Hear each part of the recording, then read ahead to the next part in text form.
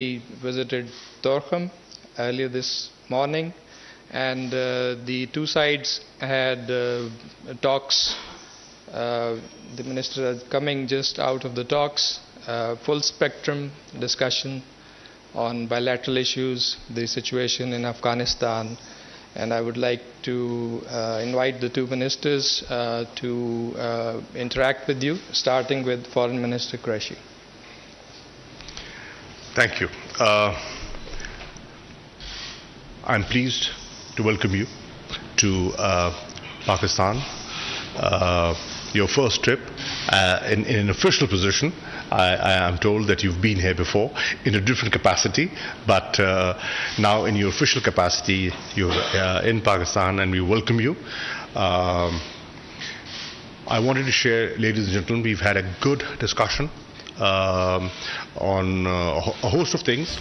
Obviously, Afghanistan dominated the conversation. The evolving situation in Afghanistan is of paramount importance to them, us, everyone, the region and the world. So we did have a good discussion on that, and we also had a very good discussion on where our bilateral relations stand. And I'm happy to share that they are strong.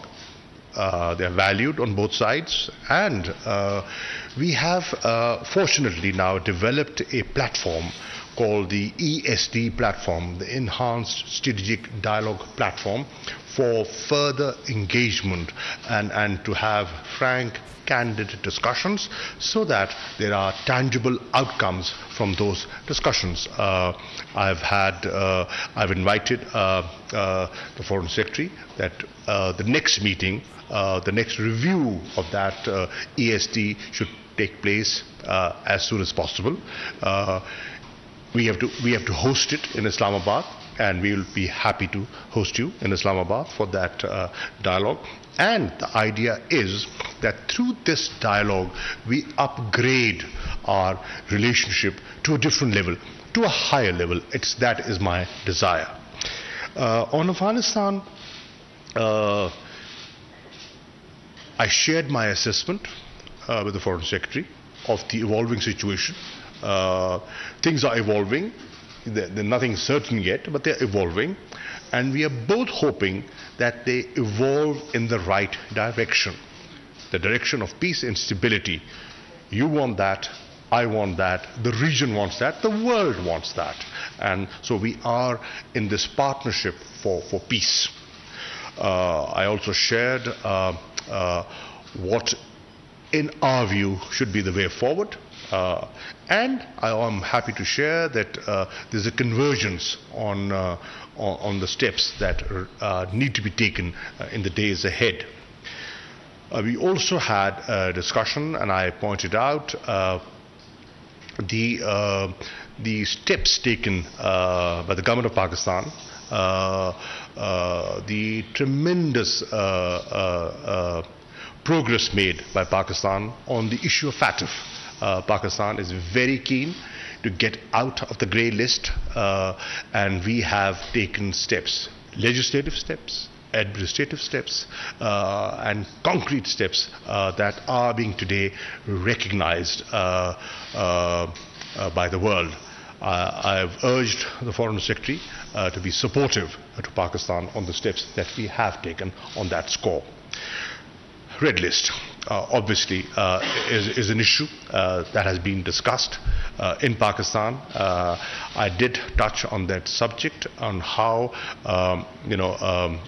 people feel about it and what needs to be done to get Pakistan off the red list into the amber list. And I'm happy that there is a meeting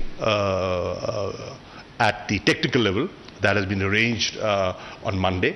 Dr. Faisal Sultan will be representing Pakistan and putting forward Pakistan's point of view.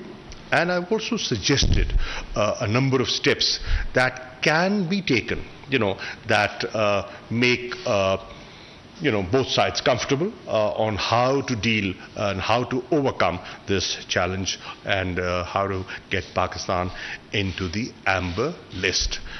On the whole, it was a frank, candid discussion, and thank you for coming. Thank you very much. Well, first of all, can I say what a pleasure it is to be here in Pakistan, to have a very good, constructive, cordial meeting with His Excellency Foreign Minister Qureshi, both on Afghanistan but also the opportunities for the bilateral relationship, and I look forward to seeing the Prime Minister later on today. The bedrock, the basis of the UK-Pakistan relationship is very strong. And like His Excellency, the UK has desire, the will, and to take it to the next level. We also have very clear and shared interests in the future of Afghanistan. After the Kabul airlift, we evacuated over 15,000 people to the UK, which was unprecedented for modern times, certainly for the UK. And we're working together to continue the secure, safe passage for those who haven't yet made it out of Afghanistan, whether they're British nationals or indeed those who have worked for us. It was important to have the opportunity, and I'm very grateful to the government for making this possible, to go up to Torkham to see for myself the situation on the ground and talk to people on the ground and really understand it at that level. As for the UK, we're very mindful of the situation for Afghanistan's neighbours. We will be shouldering our humanitarian responsibilities. We've increased our aid budget for Afghanistan this year to £286 million, and we will also be supporting those countries who face the greatest demands for those who may be displaced in the weeks ahead. We've also sent a team, a 15-person rapid deployment team, to the region as a whole to make sure that we can help with the logistics, the practical arrangements that we also discussed for allowing people safely and securely to cross borders if it's into third countries to get back to the UK. And of course that's a way of easing the burden on some of Afghanistan's neighbours. I'm also pleased to announce that today we're releasing the first tranche of that extra aid money that I mentioned. We are sending up to £30 million of life-saving support to Afghanistan's neighbours, and that will include Pakistan, so that there is the money to provide the basics, the shelter, the household necessities, the sanitation for those who come across the border. We recognise this problem. We want to be part of the solution with such a key partner. We also stand by our commitments for Afghanistan's future, and I think there are a number of priorities that we discussed today. The humanitarian lifeline, preserving regional stability, holding the Taliban to the assurances that they made, making sure that deeds follow words, and of course making sure that Afghanistan cannot be used and will not be used as a base or a safe haven for terrorist groups in the future. We're building, and it's important for us all to work together to build an international grouping, coalition around these core elements, around safe passage, around all the other elements, strategic and otherwise, whether it's through the G7, NATO, we've had a recent UN Security Council resolution, and of course the regional partners are going to be absolutely key to forging a way forward. And Pakistan's support and role will be vital. And if we come together in that way, with all of those that are interested and want a positive way forward, we will be able to exercise the maximum moderating and positive influence on the Taliban. We have a shared interest in supporting a stable and peaceful future for Afghanistan, and I thought with a very good conversation we had about the common and the commonality of interest in how we pursue that going forward. We also discussed all of the bilateral issues that His Excellency raised. We listened, we understand the concerns on issues like the Red List, and all the more important that as close partners we really intensify the bilateral relationship, particularly with, I think, a big anniversary for our bilateral relations which is coming next year. Thank you very much, and it's a great pleasure to be here. Thank you very much. I understand the ministers have time for a couple of questions. Would you kindly introduce yourself while posing the question? A gentleman on the left side. Right side, sorry. Thank you, Mr. Foreign Secretary. Welcome to Pakistan. This is Naveed Siddiqui from Dawn News.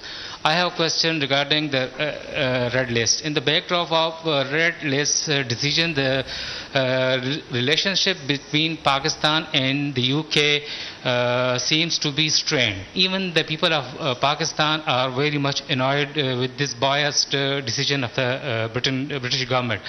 how can the ties between the two friendly countries can be improved, sir? Thank you. Well, thank you. Look, I totally understand the impact it has on both Pakistani and British nationals. Our community is one of the great things about our relationship. It's built on the very personal relations by the diaspora in this country and the British Pakistani diaspora in the UK. So these things are important.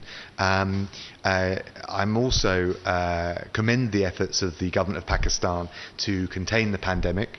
We're working to manage the impact of COVID on both countries. We have a shared interest. It's an international challenge, not a domestic or national level challenge. So we do understand that this is a sensitive issue and a difficult issue. We base our decisions on the technical evidence, the scientific basis, and I understand that that's often contested, which is all the more reason why it's, I think, good that the Pakistan Special Advisor to Prime Minister Khan, Dr. Sultan, will be holding expert-level talks with UK public health authorities. We want to find a way through. No one wants Pakistan off the red list more than I do, but we take these decisions at a technical level, and I think the smart thing for us to do is work together to enable that to happen as soon as safely and responsibly can be done. There's a request from the center, the lady in the middle. Hello, Nicola Karim from the BBC. The first one to the Foreign Secretary. We've seen the Taliban issue a statement today following the meeting with Simon Gass in Qatar. Can you tell us if anything substantial came out of that meeting? And secondly, the £286 million in aid, who will that be handed to? And to Mr. Qureshi, hello sir. Can you tell me if your relationship with the Taliban is going to be conditions-based? And if so, what will those conditions be? Thank you. Well, thank you very much. So we need to face up to the new reality in Afghanistan. We've got a new chargé d'affaires for Afghanistan based in Doha, Martin Longdon. And on top of that, Simon Gass, the Prime Minister's Special Envoy. The approach that we're taking is we don't recognise the Taliban as a government. Actually, the UK doesn't engage in the practice of recognising governments as opposed to states. But we do see the importance of being able to engage and have a direct line of communication. And the reason being is clearly there are a whole range of issues that need to be discussed, including first and foremost at the moment the question of safe passage of British nationals and our so-called Arab workers, the Afghans who work for the UK government. We need to be able to convey direct messages on these things. There are particular cases outstanding which I won't go into because of the sensitivity, but we need to be able to have that dialogue. And I would say more generally, the Taliban has made a series of undertakings, and some of them are positive at the level of words, but we need to test them and see that they translate into deeds. We can't do that unless we have at least some channel of dialogue.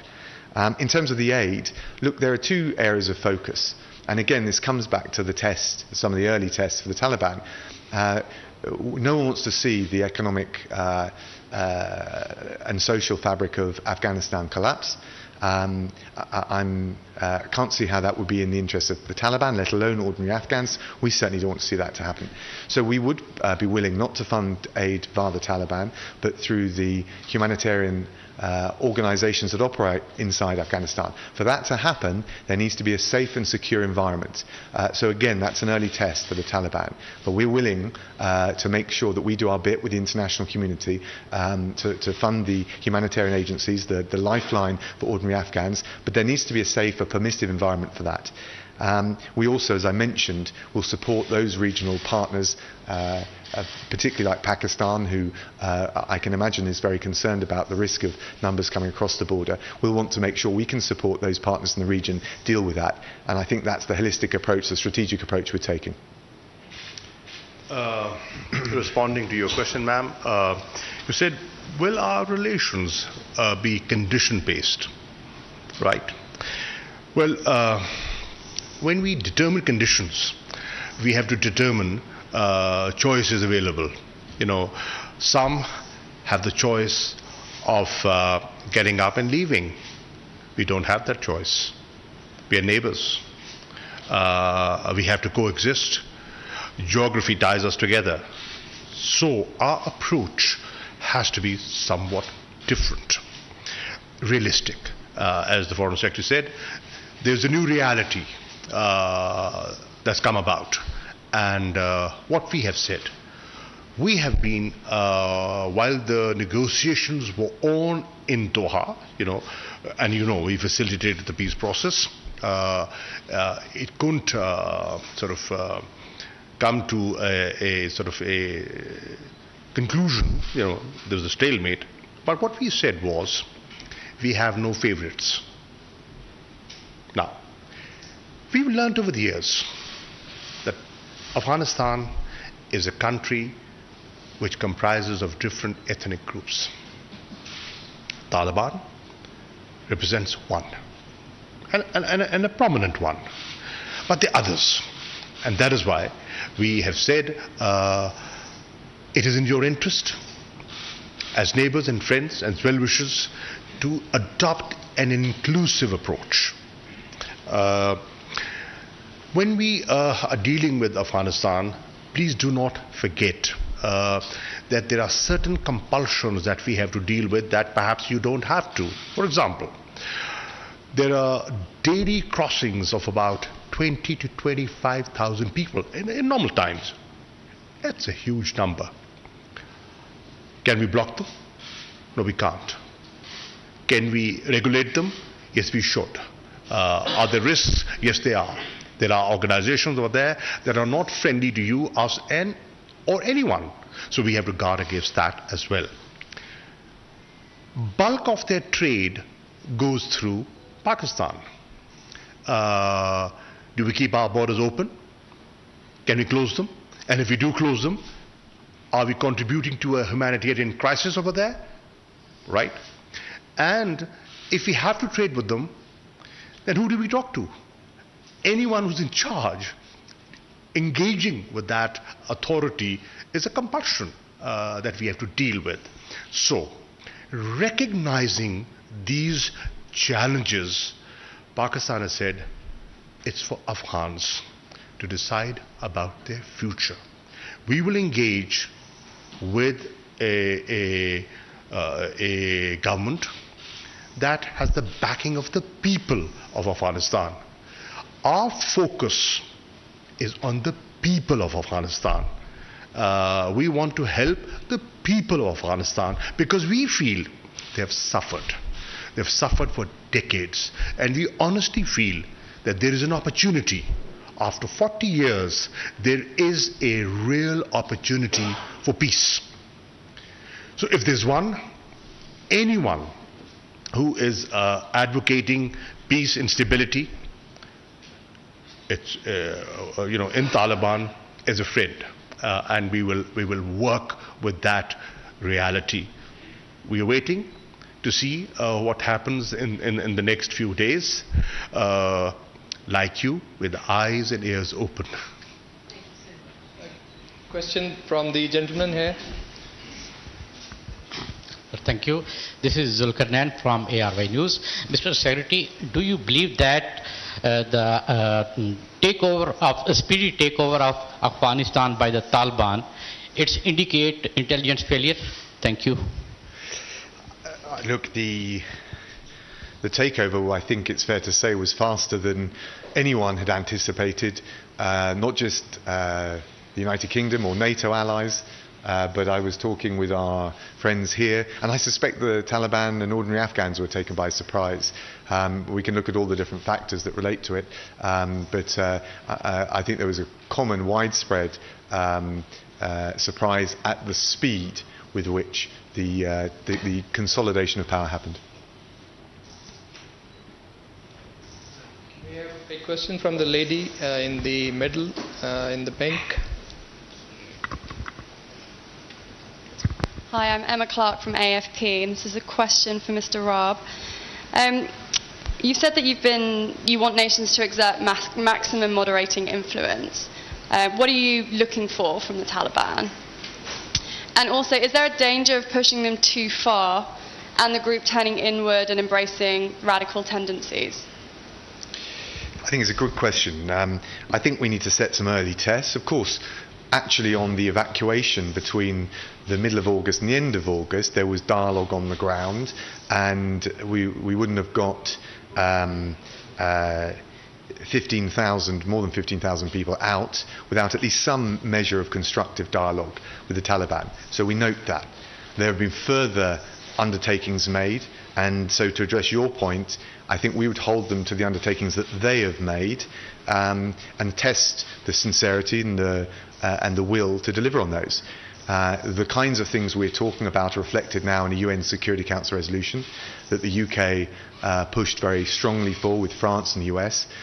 We noticed that Russia and China abstained, acquiesced, I like to think of it. We need to bring a stronger basic consensus about those issues. I think the Security Council resolution raises many of the issues that I've described to you today, and also His Excellency the Foreign Minister. And we need to try and forge a stronger group of countries and a wider group of countries around those basic issues.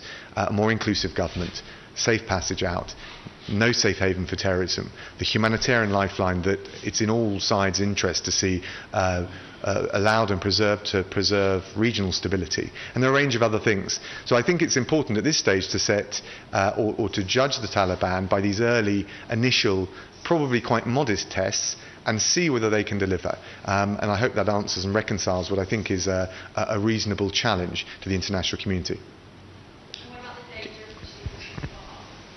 Yes, I think that's what I'm describing. If you said early tests based on what they have said they're willing to do, I think that's a perfectly reasonable approach. Any regime or set of leaders to undertakings they've made, I think is reasonable. Can we have a question from the gentleman in the middle? This is Zaid Farooq Malik, editor of the Daily Metro Watch. Mr. Qureshi, you have tell us about all the things, Afghanistan, FATF, Red List. You did not spoke on Kashmir. It's a big issue. There is a lot of human rights violations. The dead bodies are not safe. They cannot bury them on their will.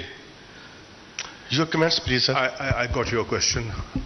In fact, I did. And I drew the attention of the Foreign Secretary on how Sayyid Ali Gilani's family was treated yesterday, the way his body was snatched by the security forces, couldn't even get a decent burial. That's a fundamental right, which the family and the old man at 92 was denied. And people feel very strongly about it. And what they do not realize, yeah, okay, you can stop that, but there will be funerals all over Pakistan. There's going to be one today in Islamabad. Every parliamentarian, every minister, the president, everyone will go there. You know, had you not been there, I would have been there. Right? So you cannot suppress, human feelings and sentiments. So I did talk about that. The atrocities, yes. And let me be honest, the Foreign Secretary very clearly said, our position on Kashmir is known. It's a stated position. But that does not stop us from raising human rights issues. And if they do that, thank you. Well, you'll know the long-standing position of the UK is that it is for India and Pakistan to find a lasting political resolution to the situation in Kashmir, which we certainly want to see. It's got to take into account the wishes of the Kashmiri people. It's not for the UK to prescribe or impose a solution or even to act as a mediator. We encourage both sides to maintain a positive dialogue, a constructive dialogue, which is going to be necessary if there's going to be a lasting diplomatic solution. Of course, the pace, the scope, the modalities will be for them to decide. Thank you, ladies and gentlemen. I am afraid we don't have time for more questions. Thank you. Thank you so much. Thank you. वज़ीर ख़ारजा शाह महमूद कुरैशी और बरतानवी हम मनसब की मुश्तरका news conference जारी थी, जिसमें वज़ीर ख़ारजा शाह महमूद कुरैशी और वज़ीर ख़ारजा बरतानवी हम मनसब जो हैं उन्होंने न्यूज़ कॉन्फ्रेंस में कहा कि अफ़गानिस्तान की इंसानी हमदर्दी के तहत मदद जारी रखेंगे। बरतानिया और पाकिस्तान की ख्वाहिश है कि अफ़गानिस्तान में अमन व इस्तेहकाम आए। अभी देख रहे हैं कि तालिबान क्या रवैया अपनाते हैं। बरतानिया पाकिस्तान को रेड लिस्ट में शामिल करने की तशवीश से आगाह है।